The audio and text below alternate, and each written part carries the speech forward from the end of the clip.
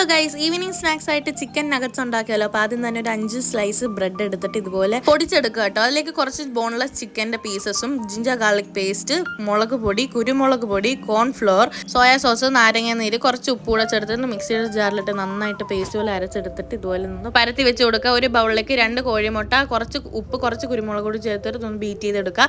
പരത്തി വെച്ച സാധനം നമ്മൾ സ്ക്വയർ പീസായിട്ട് കട്ട് ചെയ്തിട്ട് ബീറ്റൺ എഗ്ഗിലും പിന്നെ ബ്രെഡ് ക്രംസിലും മുക്കിയിട്ട് നന്നായിട്ട് അലങ്കരിച്ച് ഇതുപോലെ അലങ്കരിച്ച് വെക്കുക കേട്ടോ. പിന്നെ നമ്മൾ ഓയിലിൽ ഡീപ് ഫ്രൈ ചെയ്തെടുക്കണം. സൺഫ്ലവർ ഓയിലാണ് കേട്ടോ യൂസ് ആക്കുന്നത്. അപ്പം നമ്മളെല്ലാം ഫ്രൈ ചെയ്ത് എടുത്തിട്ടുണ്ട്.